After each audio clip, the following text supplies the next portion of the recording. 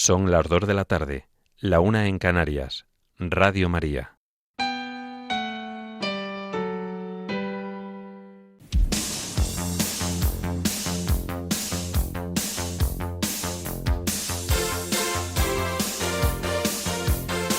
Servicios informativos de Radio María.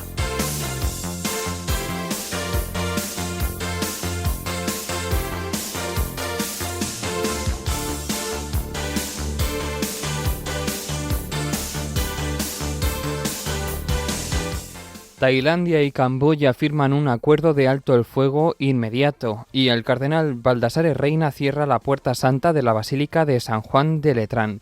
Les vamos a contar estas y otras noticias en el informativo que ahora comenzamos. Buenas tardes.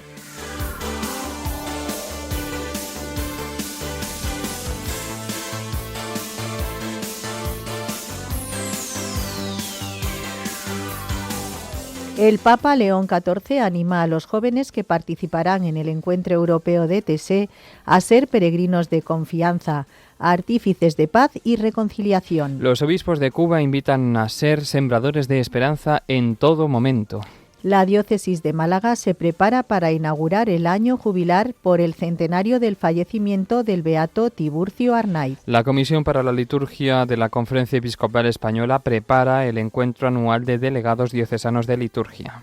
Rusia ataca gravemente a Ucrania antes del esperado encuentro entre Trump y Zelensky. Arabia Saudí exige a los separatistas del sur que se retiren del este del país. En España, 15 carreteras están afectadas por el hielo y la nieve, que cierran 8 vías. El juez cita a declarar como investigada a la exmujer de Koldo García. Y en deportes, la catalana Claudia Peña es elegida mejor jugadora del año por la Federación Española de Rugby.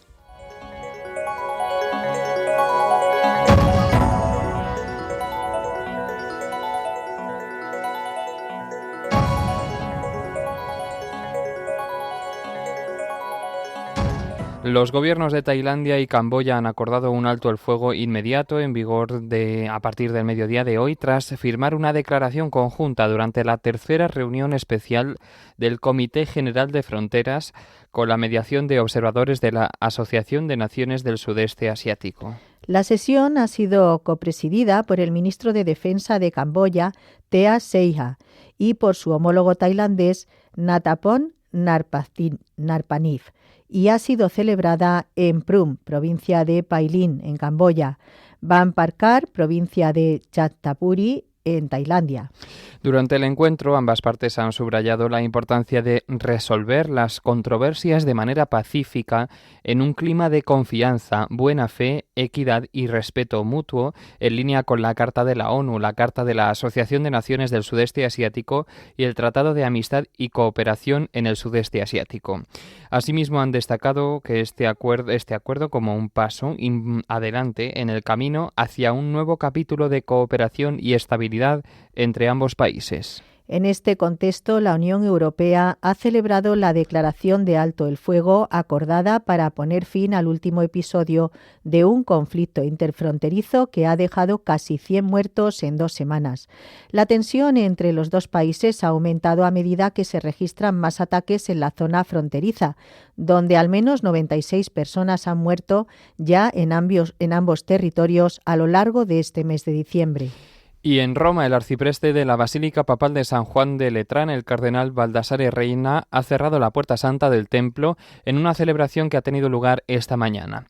En su homilía, el purpurado ha asegurado que con esta clausura se eleva un himno de acción de gracias al Padre por todos los signos de su amor por nosotros, mientras albergamos en nuestros corazones la certeza y la esperanza de que su abrazo de misericordia y paz permanece abierto a todos los pueblos. En otro punto, el cardenal Reina ha asegurado que no se puede profesar la fe cristiana sin preocuparse por quienes, por las cargas que deben soportar, el dolor que padecen, las injusticias que padecen, no pueden percibir otra cosa que la ausencia.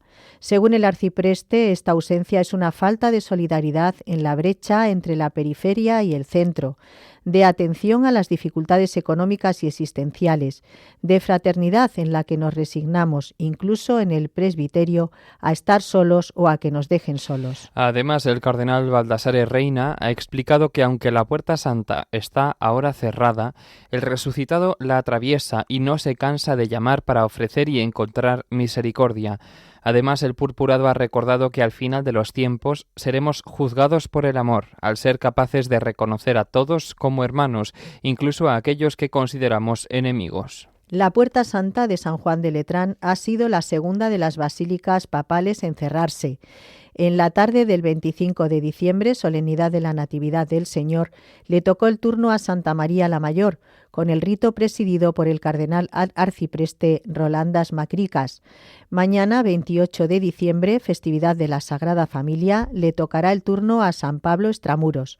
El cardenal arcipreste James Mitchell Harvey presidirá la celebración y finalmente el 6 de enero, solemnidad de la Epifanía del Señor, el Papa León XIV cerrará la Puerta Santa de la Basílica de San Pedro en el Vaticano.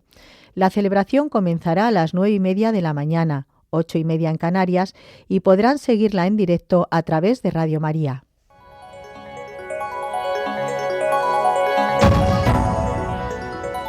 Noticias de la Iglesia en el mundo. Con motivo del encuentro europeo organizado por la Comunidad de Taizé, que comenzará mañana en París, el Papa León XIV ha enviado un mensaje a los jóvenes participantes. En un texto del secretario de Estado del Vaticano, el cardenal Pietro Parolin, ha transmitido el saludo del pontífice y la seguridad de su cercanía espiritual. El purpurado, en nombre del Papa, ha asegurado que esta reunión constituye una nueva etapa de la peregrinación de confianza sobre la tierra que inició el hermano Roger hace casi medio siglo en París. Por ello, el Santo Padre se alegra de saberlos reunidos en una ciudad marcada por un rico patrimonio religioso, forjado a lo largo de los siglos por el luminoso testimonio de tantas figuras de santidad que cada una a su manera supieron responder con audacia a la llamada de Cristo. Además, el cardenal Parolin ha asegurado que el Papa se une a la carta escrita por el hermano Matthew, prior de Taizé, ¿qué buscas? Y los ha invitado a no temer esta pregunta, sino a llevarla en la oración y en el silencio, convencidos de que Cristo camina a su lado y se deja encontrar por aquellos que lo buscan con un corazón sincero. Asimismo, el obispo de Roma ha asegurado que en este fin de año, marcado por tantas pruebas para nuestra familia humana, la generosa hospitalidad que reciben en París por parte de creyentes de todos los horizontes y personas de buena voluntad es un mensaje contundente dirigido al mundo. Y por ello ha pedido que los momentos de oración y de compartir que vivirán estos días les ayuden a profundizar en su fe, discernimiento cada vez más cómo vivir el Evangelio en las realidades concretas de su vida. Finalmente, el Papa León XIV, en palabras del secretario de Estado, ha recordado que este encuentro se inscribe en un momento eclesial particular, marcado por la clausura de un año jubilar y por las conmemoraciones del 1700 aniversario del Concilio de Nicea. Por ello, el Santo Padre los anima a convertirse en peregrinos de confianza, artífices de paz y reconciliación, capaces de llevar a su alrededor una esperanza humilde y gozosa. Y al encomendarlos, junto con la comunidad de Taizé y su misión ecuménica a la intercesión de la Virgen María, los ha concedido de todo corazón la bendición apostólica. Y en América, los obispos de Cuba han invitado a ser sembradores de esperanza en todo momento y especialmente en este año jubilar. Así lo han expresado en su mensaje de Navidad. Recuerdan que esta fiesta es el nacimiento de Jesucristo en el seno de una familia pobre y necesitado como muchos en este mundo. En este sentido, han exhortado a tener un gesto de cercanía con los que viven solos, con los ancianos, los enfermos, los presos y sus familias. Al mismo tiempo, los prelados indican que en esta ocasión tienen muy presente que la Navidad será difícil para muchas personas y familias, especialmente, precisan, para las que fueron dañadas por el huracán Melissa en el oriente cubano. Los obispos indican que ellas han sido destinatarias de la solidaridad de muchos y aseguran que continuarán orando y ayudándolas en estos días santos. En este marco, el Episcopado de Cuba ha instado a abrir de par en par las puertas del corazón a Jesucristo. Para ello, sugieren empezar perdonando y teniendo un gesto de cercanía con los que viven solos y no tienen con quién compartir. También proponen tener expresiones de amor con los ancianos, los enfermos, los presos y sus familiares, así como no pasar de largo ante personas que piden limosna. Finalmente, invitan a pedir la intercesión de la Virgen, asegurando que ella, que vivió de modo privilegiado y único la primera Navidad de la historia, inspirará sus actos, los purificará y los ordenará hacia la construcción de una Cuba nueva. Y nos vamos a México como una respuesta creativa ante una Navidad cada vez más desvinculada de Dios. Un grupo de familias católicas de este país ha organizado una caravana navideña para celebrar el nacimiento de Jesús desde la fe y la vida comunitaria. La iniciativa surgió en Mulier, un grupo de oración integrado por mujeres que se reúnen en Zapopan, en el estado de Jalisco, para rezar el rosario en comunidad. Inspiradas en las caravanas de otras celebraciones populares, las integrantes de Mulier decidieron darle un giro evangelizador y proponer una alternativa con un claro sentido cristiano. Según explican desde la organización, el objetivo fue sembrar una semilla y comenzar una tradición que despierte la ilusión de vivir una vida centrada en Cristo, desde lo sencillo, lo comunitario y lo familiar. También cuentan que eligieron el formato de caravana por su capacidad de atraer a los niños, pero también porque al realizar un recorrido así, recuerda el sentido de comunidad de que caminamos atrás de María y José. Y como ellos recorrieron en burro, replicando nosotros como peregrinos en esta tierra. Para los promotores, celebrar la Navidad en familia es esencial, porque así quiso nacer Jesús, en el seno de la Sagrada Familia.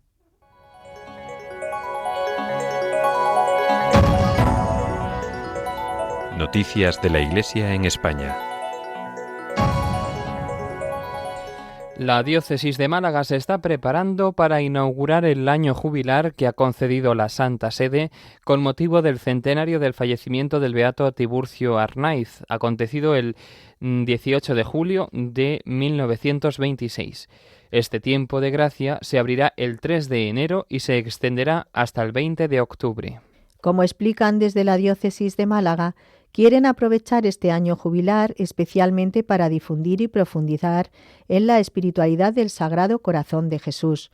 Asimismo, precisa que en el templo dedicado al Corazón de Cristo en el centro de Málaga, regido por la Compañía de Jesús, se podrá ganar la indulgencia plenaria con las condiciones acostumbradas. En este motivo, la Iglesia en Málaga ha manifestado que vivirán con júbilo este año de gozo por el legado del Beato, cuyo segundo milagro está más cerca de ser reconocido. La Eucaristía de apertura de este año santo tendrá lugar en la Iglesia del Sagrado Corazón de Jesús de los Jesuitas el 3 de enero a las 12 del mediodía.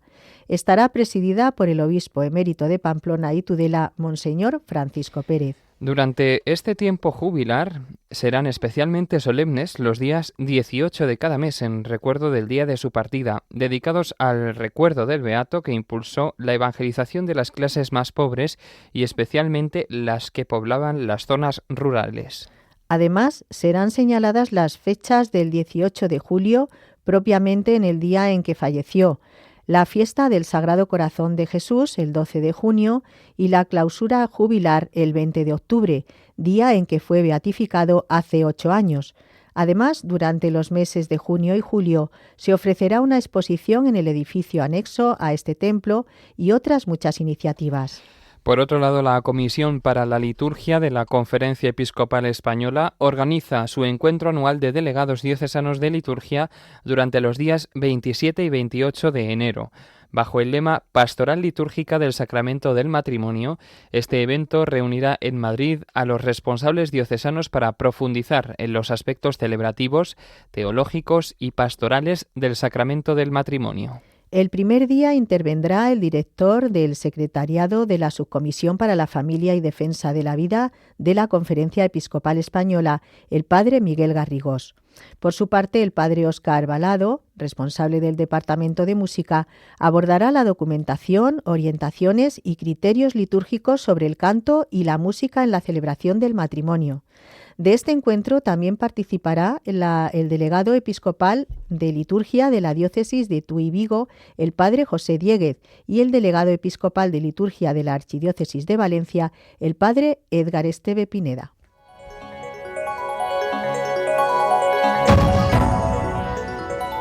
Información internacional.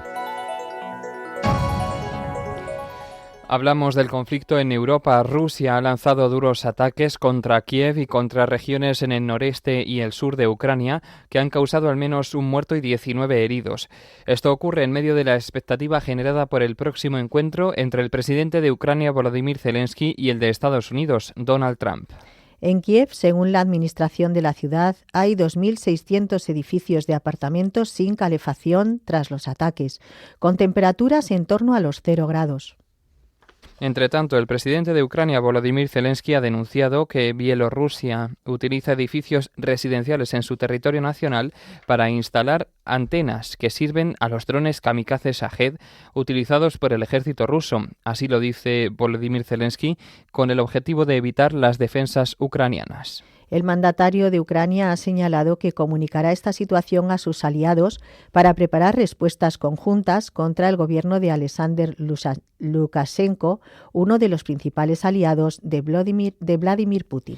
Por otro lado, la Agencia Anticorrupción de Ucrania y su Fiscalía Adjunta han anunciado que han descubierto una trama de compra de votos en el Parlamento Nacional, en la que están involucrados varios diputados en activo, de momento sin dar nombres. Las dos agencias tienen la misión prioritaria de destapar el más mínimo escándalo de corrupción que pueda poner en peligro el compromiso del gobierno ucraniano para combatir esta clase de delitos. El penúltimo de ellos afectó directamente al gobierno de Volodymyr Zelensky cuando el empresario Timur Mindich se sirvió de su estrecha relación con altos cargos como el secretario del Consejo de Seguridad, Rustem Umerov, para lograr importantes sumas de dinero a través de contratos públicos.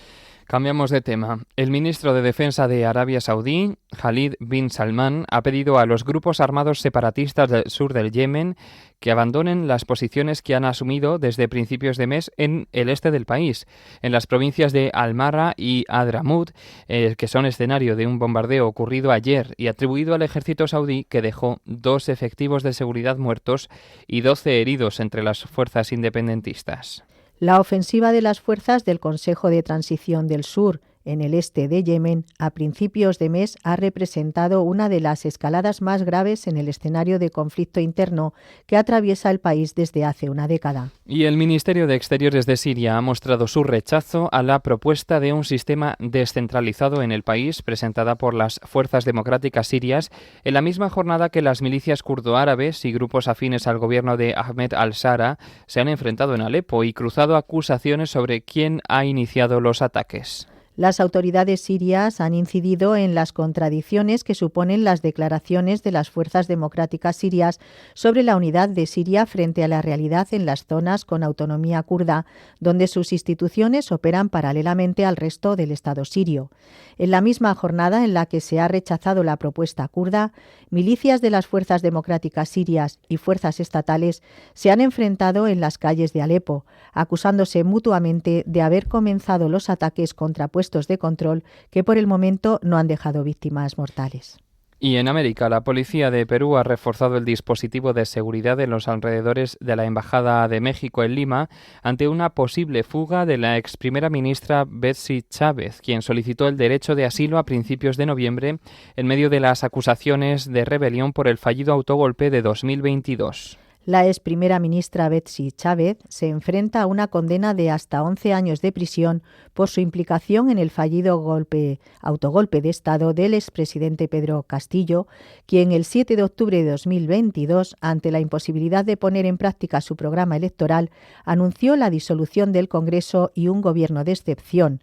Mientras tanto, Chávez continúa a la espera de recibir el salvoconducto que le permita salir del país. Perú rompió relaciones diplomáticas con México después de que decidiera dar cobijo a la ex primera ministra, una medida desproporcionada bajo el parecer de la presidenta mexicana Claudia Sheinbaum.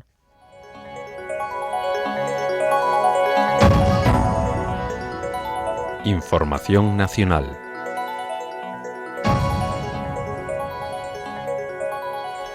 Un total de 15 carreteras están afectadas esta mañana por el hielo y la nieve que han provocado el cierre de 8 vías esta mañana, mientras que el uso de cadenas o de neumáticos de invierno es obligatorio en otras 7. Las carreteras cortadas se encuentran en Andalucía, Asturias, Castilla y León, Cataluña y Navarra, durante el tiempo en que está activa la segunda fase de la operación especial de tráfico por Navidad. Conectamos ahora con la Dirección General de Tráfico para conocer el estado actual de las carreteras españolas. Buenas tardes. Buenas tardes, actualizamos la información del tráfico siendo las 2 del sábado 27 de diciembre y en estos momentos les pedimos especial precaución al volante ante los avisos por fuertes lluvias en Cataluña y en la zona occidental de Andalucía y de hecho van a encontrar dificultades en la circulación en Barcelona en las entradas por la C58 y la C33 en Montcada, además de la A2 en San Joan Despí y más complicaciones en Madrid en la A6 en Las Rozas en ambos sentidos, en Toledo en la A4 en Tembleque hacia la Comunidad de Madrid, también en Murcia en la A7 en Espinardo en ambos sentidos. Además, pendientes de la nieve que deja afecciones en 13 carreteras, todas ellas de la red secundaria. Encontrarán vías intransitables en Almería, Granada, Asturias, Barcelona y Salamanca, por lo que les pedimos que consulte la información del tiempo y el estado de las carreteras antes de circular.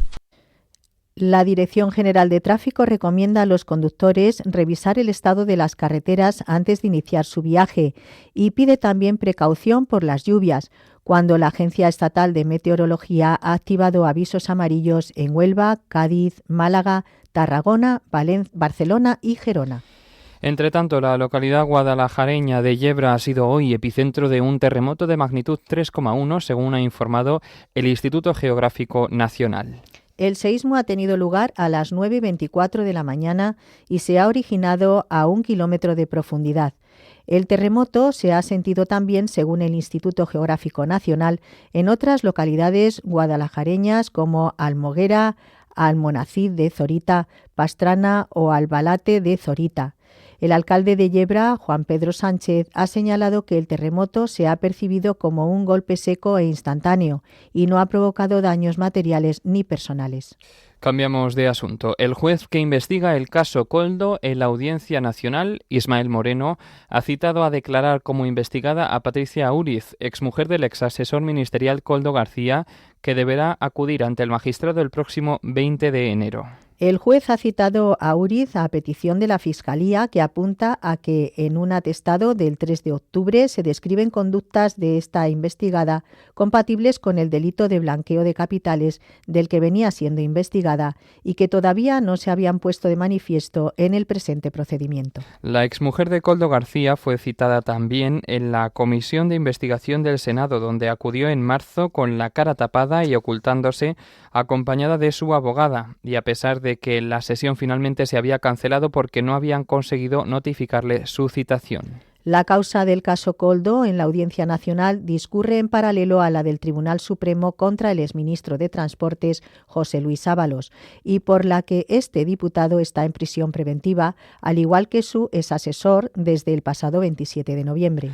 Por otro lado, el Boletín Oficial del Estado publica hoy la Ley de Atención a la Clientela. Es una medida que promete acabar con las llamadas no deseadas o spam, las renovaciones de contrato no consentidas o las reseñas falsas en Internet. Esta normativa, que entrará en vigor el domingo, fue aprobada el 11 de diciembre por el último pleno del Congreso de este año, tras iniciar su andadura en 2011 y necesitar más de una década para culminar su camino. Con esta legislación, las empresas estarán obligadas a identificar sus llamadas comerciales con un código numérico específico y los operadores de telecomunicaciones deberán bloquear las llamadas que no cumplen con estos criterios. Será la Administración Pública la responsable de validar previamente los protocolos y patrones técnicos que desarrollen los operadores para detectar este tipo de llamadas.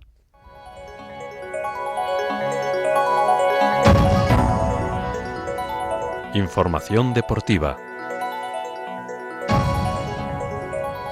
Comenzamos hoy con rugby. La catalana Claudia Peña ha sido elegida mejor jugadora del año en los premios de la Federación Española de este deporte.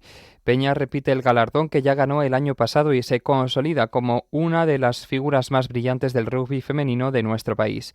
Con apenas 21 años, la española ha firmado otra campaña sobresaliente a nivel internacional, siendo una pieza clave tanto en la selección como en su club de la Premier inglesa. Por otro lado, el seleccionador nacional de balonmano, Jordi Rivera, ha incorporado al portero Álvarez Pérez del Ademar de León para la preparación del próximo torneo internacional de España. El guardameta ha sido en estos últimos años uno de los grandes protagonistas de la generación actual de hispanos junior, que se colgó el oro europeo, además de sendos oros en el Campeonato de Europa y del Mundo en la categoría juvenil. Rivera le ha citado en Pamplona el próximo 2 de enero.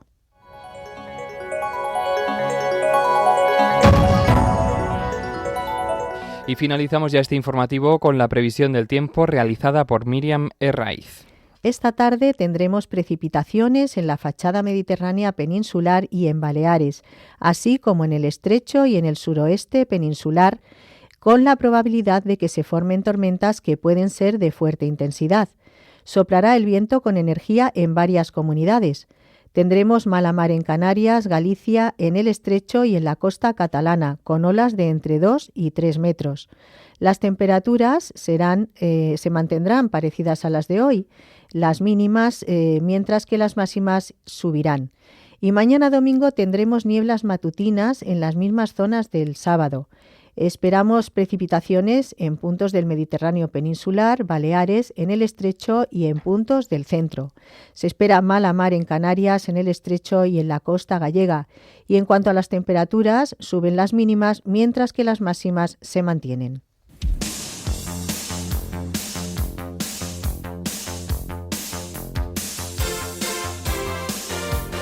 Esto es todo por el momento. Los hemos acompañado en la redacción Cristina Abad y Juan Manuel González, y se lo hemos contado Ángela Gutiérrez y José García. Tendrán más noticias esta noche de sábado a las 10, las 9 en Canarias. Buenas tardes. Informativos de Radio María.